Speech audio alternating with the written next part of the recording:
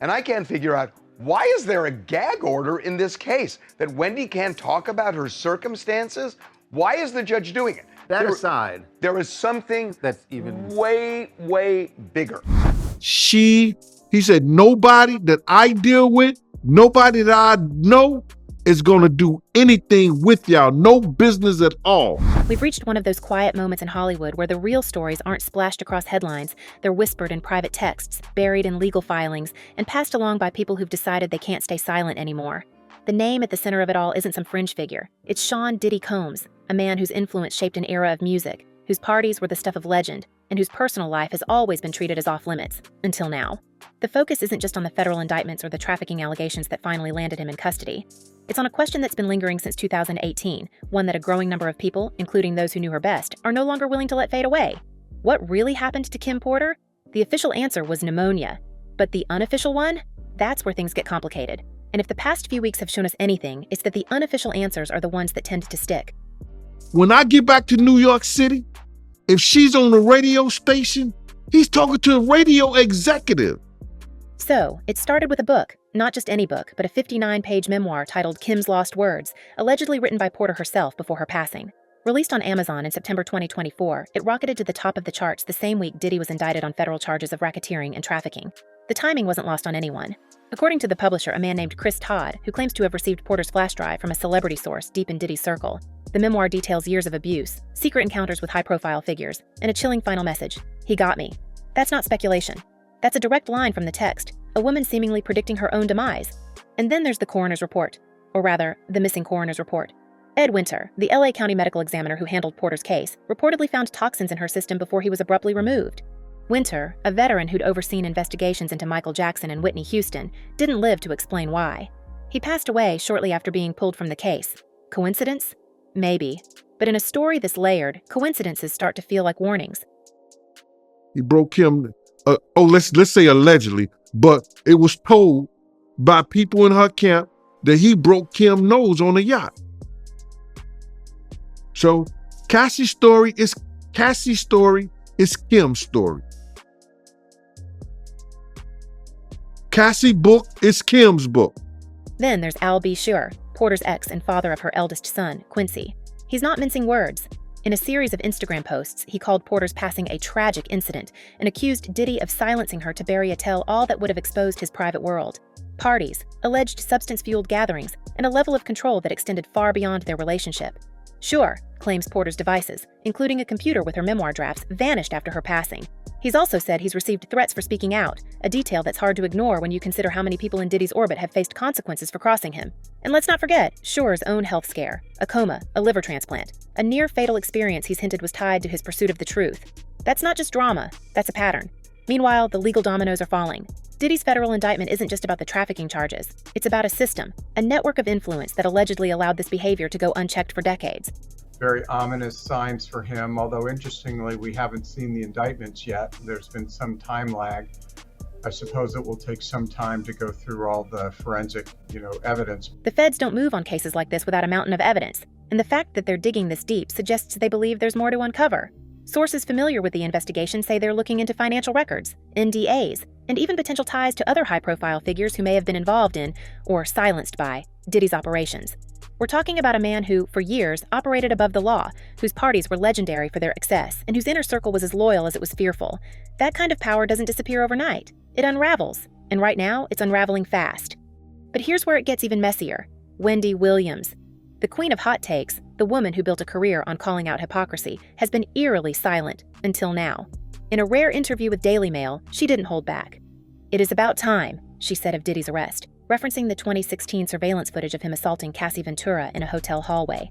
That video, released by CNN in May 2024, was the first public glimpse into the violence behind closed doors.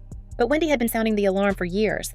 When she put out those pictures of the dude pulling his pants down, and it looked like some gay act that was going on, he got on the phone. Back in the 90s, she was fired from Hot 97 after alleging Diddy was involved in questionable behavior, rumors that, at the time, got her blacklisted. She's since suggested that Diddy's team threatened her, that he used his industry clout to shut her down. And now, her health is failing. Diagnosed with aphasia and frontotemporal dementia, her cognitive decline has been rapid and devastating.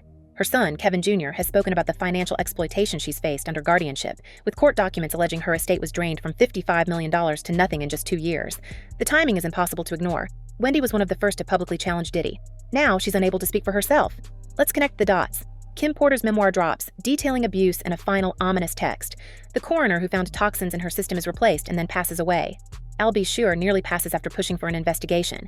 Wendy Williams, who spent decades exposing Diddy's alleged hypocrisy, is now incapacitated, her finances gutted. And Diddy? He's in federal custody, his empire crumbling, his allies distancing themselves. The notorious B.I.G.'s mother, Valletta Wallace, has distanced herself. Mary J. Blige, once a close collaborator, has gone silent. Even Jay-Z, who's faced his own scrutiny in this saga, is keeping his distance. The industry is turning its back, and the public is starting to ask the question no one dared to before. What else is he hiding? The memoir's allegations don't stop at Diddy. They implicate other A-listers, Usher, Mary J. Blige, names that carry weight. They were referred to me as Wild King Nights. And what a Wild King Night was when him and a guest would go to a hotel room or be at his home, his bedroom, and they would have intimate gatherings. I would have to go and prep that hotel room, which consisted of baby oil Astroglide. If even a fraction of it is true, we're not just talking about one man's downfall. We're talking about a culture of complicity, a system where power protected the powerful, and where the truth was a liability. And that's what makes this moment so explosive. This isn't just about Diddy. It's about how long this went on, how many people looked the other way, and what it took to finally bring it into the light. There's one more layer to this, though, and it's the most chilling. The memoir wasn't just about abuse. It was about leverage. Porter allegedly wrote that Diddy used private encounters, recorded, documented, to control people. That's not just a scandal. That's a potential criminal enterprise. And if the feds have even a fraction of that evidence, this case could blow wide open. We're talking RICO level charges, the kind that don't just end careers, they end legacies. The kind that send people away for decades. So where does this leave us? With more questions than answers, but with one undeniable truth. The walls are closing in. Tick tock, the clock is ticking on Diddy because on Friday he finds out what his sentence is going to be, but today he found out what prosecutors would like that sentence to be, and it is vastly different from what his attorneys have suggested to the judge.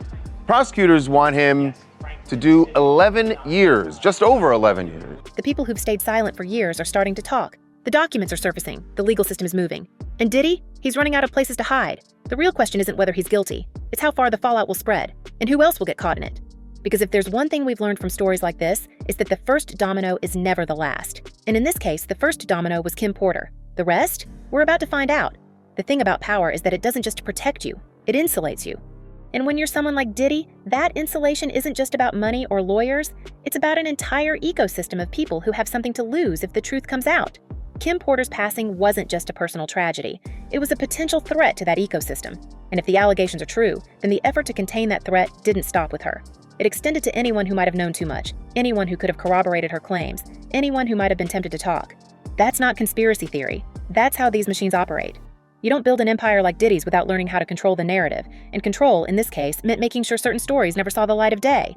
Let's talk about the money, because that's where the real leverage lies. He was responsible for Diddy's day-to-day life, so he is able to provide a lot of information about what that life was like. He goes into detail on extensive drug use. Diddy's net worth has been estimated at over $900 million, a fortune built not just on music, but on endorsements, beverage deals, and a carefully cultivated image of success.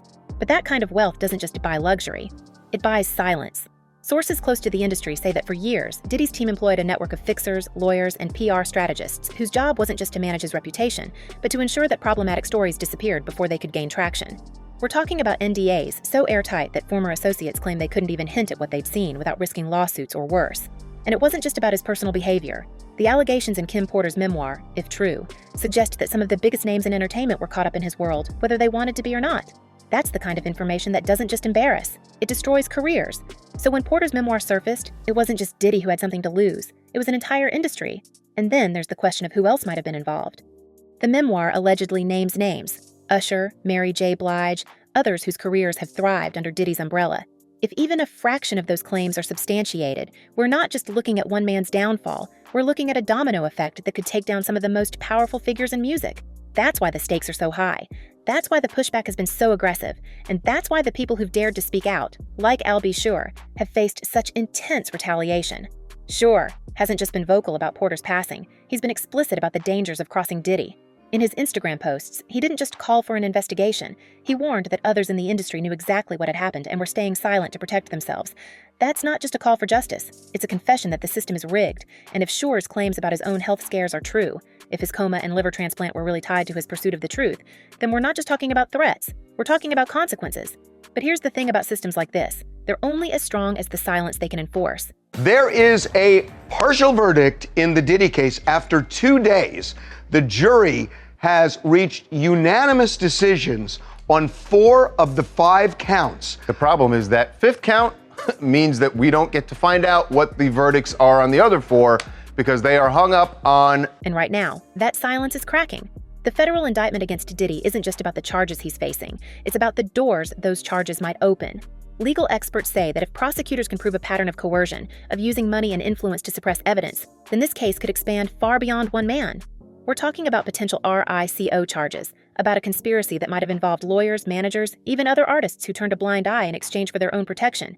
And if that happens, the fallout won't just be legal, it'll be cultural. Because this isn't just about Diddy, it's about an industry that's spent decades protecting its own, no matter the cost. We've seen this before, of course.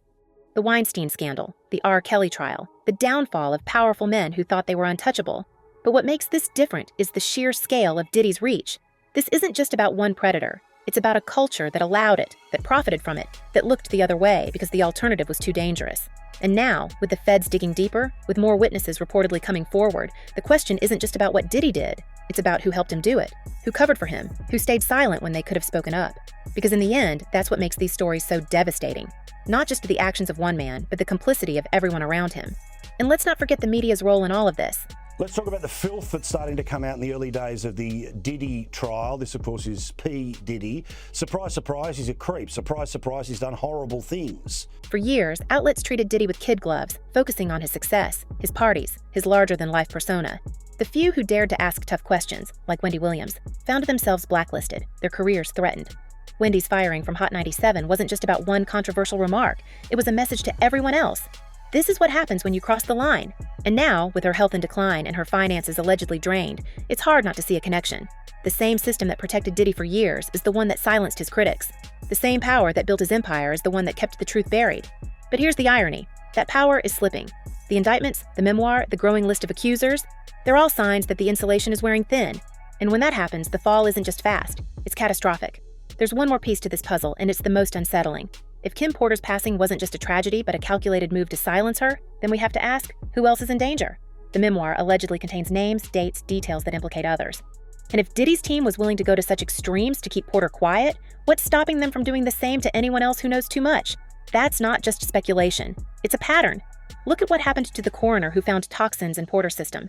Look at Albie Shore's health scares. Look at Wendy Williams' rapid decline. Coincidence? Maybe.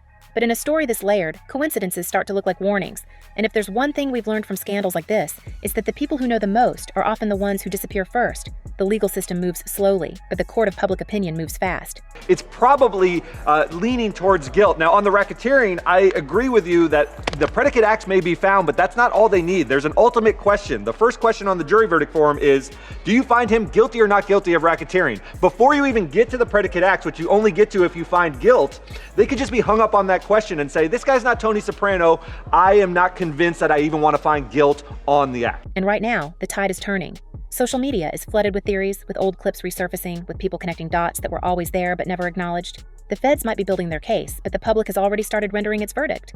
And in an era where cancel culture and accountability move at the speed of a tweet, that's a dangerous place for someone like Diddy to be.